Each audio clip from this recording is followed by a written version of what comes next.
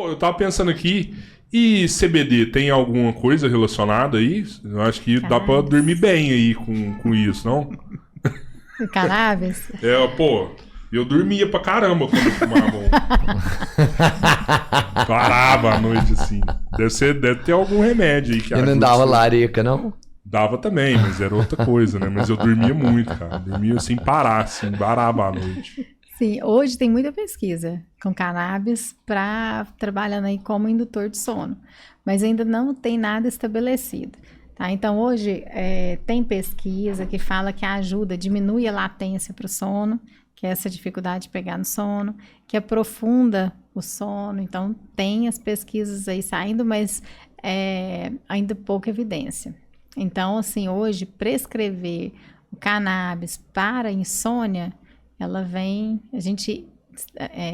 quem trata realmente isso, vem com a terapia comportamental cognitiva primeiro, as medicações que já são clássicas, né, os indutores de sono, que já são hoje os mais conhecidos e os que, até onde a gente entende, os mais seguros são as drogas Z, né, Zolpidem, Zolpiclona, são as drogas mais conhecidas.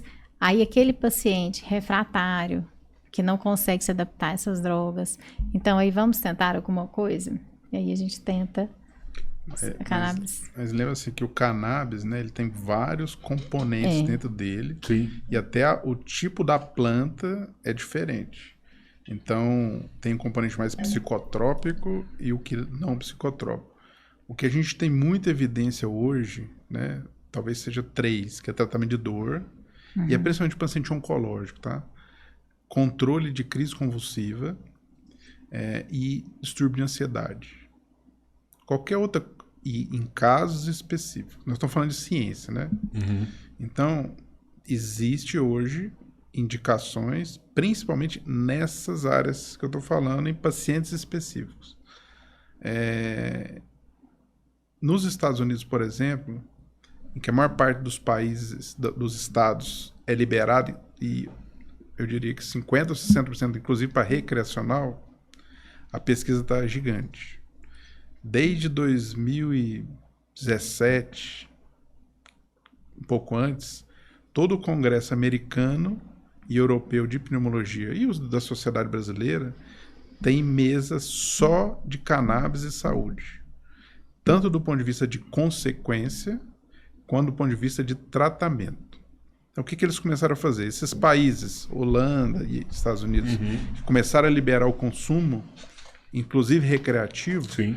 eles acompanham os usuários, os pacientes, para ver que tipo de consequências pode trazer.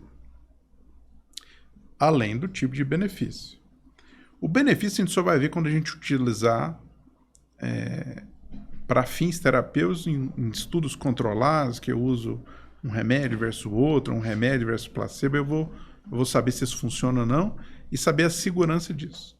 O que a gente tem é que o cannabis ele provoca doenças pulmonares como o cigarro, por exemplo, o tabagismo. Verdade. E ele gera muito distúrbio, doenças psiquiátricas, certo?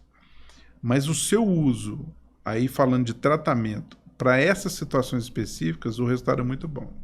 De novo, eu não posso generalizar. Não dá para confundir eu tenho que isso aí, ver né? o paciente que tem indicação para aquele tratamento. E todo remédio tem efeito colateral. Todo. E aí, quando que eu vou passar um remédio para alguém? Ou um CPAP, um aparelho intraoral? Quando o benefício daquilo lá for muito maior do que o problema que ele for causar.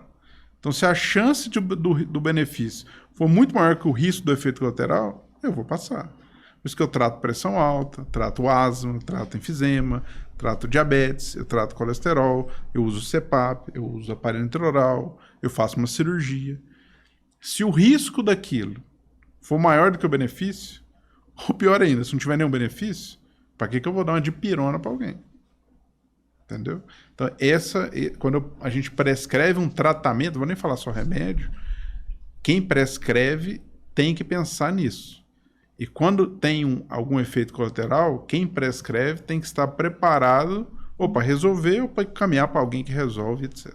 Claro. Então, para todo tipo de tratamento, eu preciso ponderar o caso, a indicação e se tem outras coisas associadas, porque senão eu vou causar mais mal do que bem. Sim, é porque... Eu tô fazendo utilização de fitoterápico, né, para dormir. Eu tô tomando... Fitoterápico? Eu tô tomando molungo, valeriana, GABA, melatonina. Isso aí também não tem nenhum tipo de colateral, né? Posso usar isso também, né? Olha... Ó, já estão rindo de você, velho. Só fazendo coisa errada. Não, certeza. Não tá. Eu ia falar para tomar suco de maracujá. Nem vou falar mais. Não, é assim. Qualquer medicação para sono, para induzir sono, ele causa 2 tipos de dependência. Qualquer um. Ele causa uma dependência psicológica.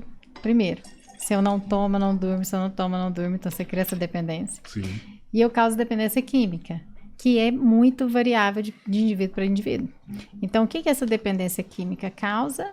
Além dessa fissura, né, de ter o organismo pedir, à medida que eu vou usando, eu vou requerendo cada vez mais uma dose mais alta e o meu organismo vai ficando cada vez mais dependente, tá? Hoje, a gente tem... nós não temos pesquisa, assim, que traga evidência de que os fitoterápicos, eles induzam sono. Mas a gente conversou mais cedo que a gente individualiza para todo mundo. Então, se um paciente chega para mim, e fala assim, eu uso um fitoterápico e me faz bem, eu não vou falar para ele parar de tomar. Porque se ele já está tomando e está fazendo bem, pode continuar. Mas eu, como profissional da saúde e do sono, e não tenho evidência, eu não vou prescrever.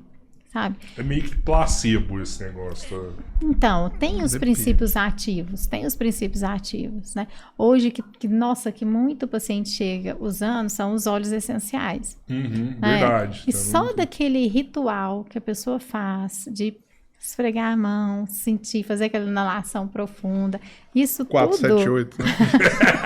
Isso tudo já traz... Já é um relaxamento, já né? traz uma rotina para o sono. Então, já ajuda. Então, assim, evidência científica ainda não tem. A valeriana tem um trabalho, assim, grande, né? Bem estruturado, feito lá na Unifesp, mas que não teve evidência de que melhora. Mas... a ausência de evidência não quer dizer que não resolve. Quer dizer só que a gente ainda não tem pesquisa. Mas o natural, igual eu falei, o suco de maracujá, esse você pode tomar, ele é um calmante. Eu falo assim, ele vai dar algum resultado? Ele tem substâncias que ajudam sim indutor de sono. Porque não é tratamento, você entende? Eu falo assim, eu vou tomar um suco de maracujá antes de dormir. Eu achava que isso era meio lenda urbana, assim, do suco de maracujá, não? Não, ele tem componentes nele. Tem componentes, sim. Só que aí, o que a gente fala é o seguinte, não adianta você tomar o suco de maracujá e ficar preocupado, e ficar lá no celular, entendeu? A higiene do sono que você faz antes te ajuda muito mais no processo de pegar no sono, ter um sono profundo, do que o suco de maracujá. Mas você sabe que, se for pensar dessa forma também, o aparelho também causa dependência. Qual causa? Que eu já vi muita gente falando assim, eu não viajo sem meu aparelho. Exatamente. Nossa, e sem o aparelho eu não vou. Fica tudo, mas o aparelho vai. Mas aí eu acho que é diferente. Vou dar um exemplo, depois eu quero comentar de melatonina. Legal. Vou dar o exemplo da pressão alta. Quando você tem pressão alta, o que você usa? Remédio para baixar a pressão. Quando você para de usar, o que acontece com a pressão? Pra você parar, ela tem que estar estável pra você parar, não? Não, mas vamos supor que ela não está estável. Você resolve ela parar de tomar. Vai subir de novo. Você está dependendo do remédio? Tá. Não. Não, eu falo assim, porque senão você morre, né? Se você não tomar aquilo lá. O que é o conceito de dependência química? Tá. Você não tá viciado ali, Isso. Né? Dependência química é uma substância que, quando você para de usar, você tem efeito colateral da falta. Sim. Não, por exemplo, da pressão que abaixa. Que é uma abstinência que a gente chama, né? Então, do tabagismo, dor de cabeça, mal-estar, ansiedade, sonolência, insônia, vontade de matar certo? Então, essa é uma característica. A outra eu tenho que consumir cada vez mais para o mesmo efeito. E a terceira, mesmo eu sabendo que faz mal, eu continuo fazendo. E tem uma quarta, eu mudo meu dia a dia para consumir aquela substância. Então, quem fuma e vai fazer uma viagem internacional, ele fica pensando que hora que...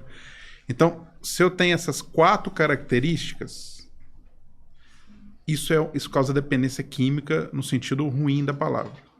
Então, o CPAP, se você tirar, você não vai ter abstinência, você não vai mudar a sua vida, ele não faz mal, e você, pelo contrário, você tenta, o uso dele é tão bom que você, que tinha um sono difícil, passa a entender o que é um sono normal, que o ser humano vai se adaptando ao caos, então ele acha que aquilo é normal, anos e anos e anos e anos. Na hora que você respira bem, você fala, caramba, isso aqui é respirar bem, isso aqui é dormir bem, e aí você não consegue. Então tem essa consequência, tá? Da dependência quando a gente fala do aparelho. Quando você tira o aparelho, o que você passa a sentir são os efeitos colaterais os efeitos da apneia do sono, e que você estava adaptado por anos sem tratamento. Você não sabia o que era dormir bem. Quando você usa o CPAP, o aparelho intraoral, que você passa a dormir bem, você tem outro parâmetro.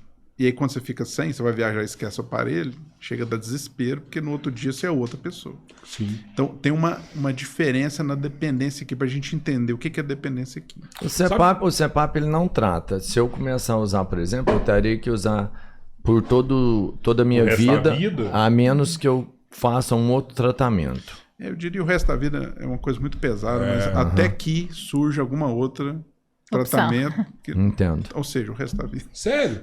Mas eu acho que, tipo assim, igual eu, por exemplo, tô com 180 quilos, aí eu tô usando o CPAP.